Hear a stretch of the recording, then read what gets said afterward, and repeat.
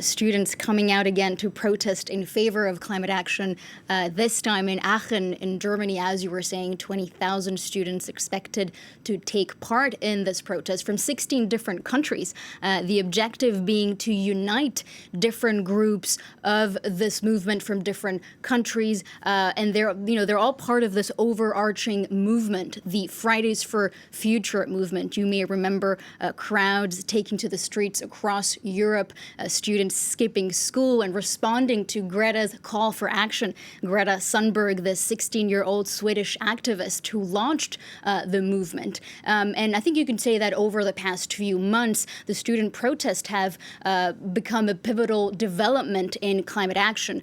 We saw that green parties across Europe made important gains in European Parliament elections, especially among young voters. Now, in recent weeks, we can say that the movement has lost some momentum. We don't see big crowds anymore like the ones that we used to see in Paris, Brussels, or Berlin. So this is a chance to revive the movement and to continue exerting pressure on European leaders. As you were saying, European leaders failed to approve a plan to make Europe carbon neutral by 2020. The majority of the bloc approved the plan, but a minority of countries from Eastern Europe, Poland, for example, which is a coal-producing country, said it would not support the plan unless they received compensation. So you can see that fossil fuels standing in the way of bolder climate action once again. Very briefly, Valerie, you've been speaking about this demonstration. Of course, this is not an isolated event today. Another event is taking place on the sidelines of the student protest.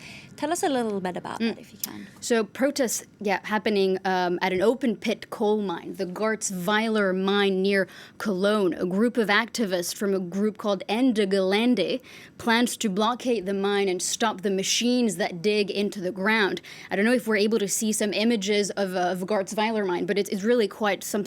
It's a 48-kilometer wide mine. It's one of the biggest mines in Europe. And Germany really is having a hard time kicking its addiction to coal. It's still the first source of energy in the country. So you can imagine why these protesters, they have chosen Garzweiler mine to gather and voice their dissatisfaction with the continent's energy policy.